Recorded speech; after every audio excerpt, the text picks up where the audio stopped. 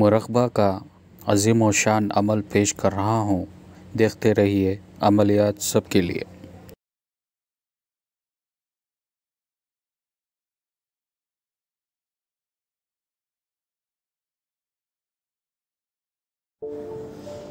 बिस्मिल्लाहिर्रहमानिर्रहीम। अस्सलाम वालेकुम दोस्तों, अमलियात सबके लिए चैनल में आप सबको खुश आमदीद कहता हूँ और उम्मीद करता हूँ कि आप सब खैरियत से होंगे। दोस्तों, आज आपकी खिदमत में मुराक़बा के बारे में आपको डिटेल बताऊँगा, अमल की तरकीब बताऊँगा और इससे क्या बेनिफिट्स मिलेंगे वो सब मैं आपको इंशाअल्लाह बता दूँगा।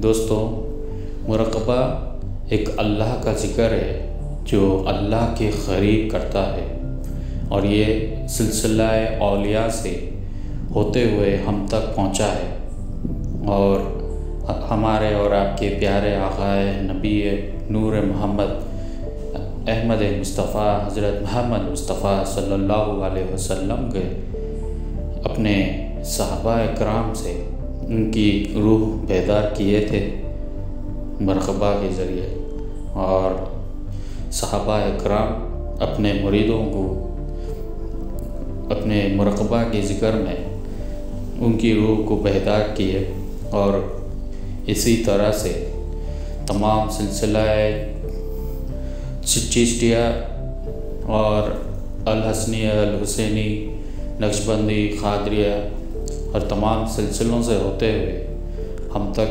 पहुंचा है। और इसके बारे में आपको क्या बेनिफिट मिलेगा मैं आपको ये सारी डिटेल दूंगा, और मुराक़बा करने से हम में क्या चीज़ पैदा होती है वो भी मैं आपको बता दूंगा। दोस्तों, मुराक़बा का अमल करने के बाद इंसान अपने अल्लाह के दीदार के लिए अपनी रूह तड़पती है। जैसा ये जिस्म के जो पार्ट्स होते हैं, जैसे कि लंग्स वो ऑक्सीजन सप्लाई करता है और हार्ट यानी दिल क़ल्ब वो ब्लड को प्यूरीफाइड करता है। इसी तरह से रूह में भी 7 लताइफ़ मौजूद होती है, और 7 लताइफ़ का मैं ज़िक्र करूं तो ये है लतीफ़ा अना जो अपनी पेशानी जो भौं होती है उसी के बीच में होता है, लतीफ़ा ख़फ़ा, लतीफ़ा अख़फ़ा, क़ल्ब, सिरी। ये जो 5 लतीफ़ा है वो अपने सीने में होता है। नफ्स अपनी जो पेट की नीचे जो बुद्धि होती है, जो गोल रिंग होती है वो नफ्स है, और रूह अपने सीने के राइट साइड मौजूद होता है। तो ये 7 लताइफ़ मौजूद है हमारे जिस्म में। 5 लतीफ़ अपने सीने में है, एक अपने पेशानी में है और अपने एक नफ्स जो होता है अपनी पेट के हिस्से में वो नफ्स। इन सब चीज़ों को मिलाकर हम हमारे अमलियात में हम कहते हैं शराए शक़त। ठीक है, तो आपने कहीं पढ़ा होगा अनम नसरा लका सदरक, यानी अल्लाह ने ज़िक्र किया, ए नबी मैंने आपके खातिर सीने को खोल दिया। तो जो हमारा जो मुराक़बा है इसके ज़रिए से रूह बेदार होती है, और रूह बेदार करने के लिए आपको पीर व मुर्शिद की ज़रूरत पड़ेगी। देखिए, अभी रूह एक्टिव नहीं होती है। जैसा फ़ोन लॉक होता है और इसका पासवर्ड अगर आपके पास मौजूद नहीं है, उन सब चीज़ें तो मौजूद है फ़ोन में मगर उसका पासवर्ड आपके पास नहीं है जो इसको अनलॉक करे। तो इसे अनलॉक करना पड़ेगा, एक्टिव करना पड़ेगा। तो इस रूह को एक्टिव करने के लिए आपको पीर व मुर्शिद की सोहबत नसीब ज़रूरी है। और आपके पीर व मुर्शिद आपकी ही रूह बेदार करेंगे। अगर उनकी रूह बेदार है और उनकी पीर व मुर्शिद उनकी रूह को बेदार किए मुराक़बा के ज़रिए, तो ये ही अमल आपको देंगे। आप करेंगे तो आपको भी जो है इस सारे बेनिफिट्स आपको मिलेंगे। मैं ये चैनल के ज़रिए मैं आपको ये सारे चीज़ें बता दूँगा। दोस्तों, जब इंसान मुराक़बा करके अल्लाह के बिल्कुल क़रीब हो जाता है तो आने वाले कल की सारी ख़बरें उसे गैब से मिलती रहती है, और ये सबसे बड़ी बेनिफिट है। और जब उसका सिलसिला जब अल्लाह से बिल्कुल क़रीब होता है और उसका मर्तबा ये हो जाता है कि वो सालेहीन हो जाता है, सालेहीन से आरिफीन हो जाता है, दरवेश, मज्जूब और औलिया तक उसका दर्जा पहुंच जाता है। तो इसके ये बेनिफिट्स है। तो आइए मैं आपको बताता हूँ कि यह अमल कैसा करें।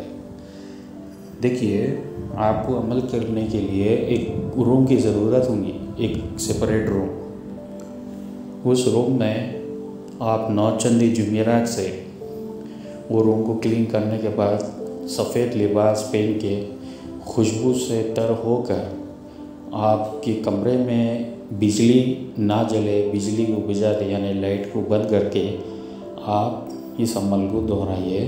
और ये दोहराने का जो वजीफ़ा है वो अल्लाहू का ज़िक्र है। ठीक है।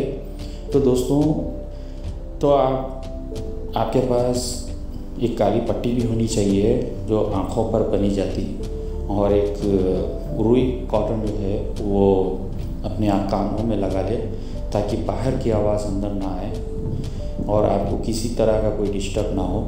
और रुई लगा करके अपनी आँखों पर पट्टी बांधकर अपनी आँखों को ऊपर चढ़ा ले, पाँव की तरफ चढ़ाकर अल्लाहू का ज़िक्र शुरू करें। तो अल्लाहू का ज़िक्र कुछ इस तरह है कि आप सबसे पहले 11 मरतबा दुरूद पाक पढ़ें और दिल से आप अल्लाहू का ज़िक्र शुरू करें। ठीक है। जब आप अल्लाह कहेंगे दिल से, यानी दिल से मुंह से नहीं, दिल से अल्लाह कहेंगे, तो सांस अपने अंदर ले, और वो भी नाक की नलियों से, मुंह से नहीं, नाक की नलियों से। ठीक है। और पूरा ले, और हो जब आप कहेंगे दिल से तो अपनी सांस को छोड़े, रिलीज़ करें। ठीक है। कार्बन डाइऑक्साइड रिलीज़ करें, ऑक्सीजन अपने फेफड़ों में जाए और कार्बन डाइऑक्साइड अपने मुंह से निकले। ठीक है। जैसे सांस छोड़े हु का जिक्र है और सांस ले अल्लाह का जिक्र है। जैसा कि अल्लाह हु, समझ गए आप? तो इसमें कोई गिनती नहीं है। ठीक है। इसको कम से कम 15 मिनट 20 मिनट टाइमर फिट करें अपने फ़ोन में, और बस पास में रखकर आप अल्लाहू का ज़िक्र स्टार्ट कर दें। ठीक है। जैसा अलार्म बजेगा आपका ज़िक्र रुक जाएगा, रोक देना। इसी तरह से ये छिल्ला आप 3 महीने काटे, 3 महीने छिल्ला कंपलसरी है। 120 दिन कम से कम इसका छिल्ला होता है। मैं ये नहीं कहूँगा कि 21 दिन में कर लो, 40 दिन में, नहीं, कम से कम 3 महीने। 3 महीने में आपको मुज़ाहरा आपको नज़र आते रहेंगे, आपकी कैफियत बदलेगी, आप गैब से बात आपको मालूम होंगी। जब ये कैफियत पैदा हो जाएगी तो आप समझ लेना कि मेरे एक मेरी लताइफ बेदार हो रही है। तो उस ज़िक्र को छोड़ना नहीं। ये ज़िक्र बहुत बड़े बड़े औलिया अल्लाह ने ज़िक्र करके अपनी रूह को जो है एक्टिवेट किए। आप किसी बड़े दरबारों में देखे होंगे कि उनसे हमें फैज़ कैसा मिलता है, क्योंकि उन्होंने गुज़रने के बाद भी उनकी रूह एक्टिव होती है और उन्होंने अल्लाह के ज़िक्र से जुड़े होते हैं, समझे आप। तो इस चिल्ले के दौरान कोई गाना बजाना, ठीठी ठाठा, मतलब दोस्तानों में बैठना उठना, ये बिल्कुल आप लोग बंद करें। खाने पीने में थोड़ा सा परहेज़ करें, यानी जब आप इसका ज़िक्र चले तो पेट खाली होना चाहिए और ज़िक्र के बाद आप खाना खा सकते हैं, इसमें कोई परहेज़ नहीं है।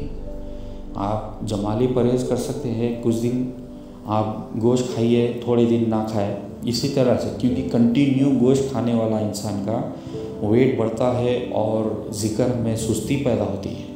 तो इसलिए गोश्त 2-3 दिन में एक बार खाए, मेरा तजुर्बा है। तरकारी खाए ज़्यादा से ज़्यादा, और ज़िक्र के टाइम पेट खाली रखे, और ज़िक्र के बाद ही अपना डिनर जो भी होता है आपके घर में जो टाइम पे, उस टाइम आप कर लें।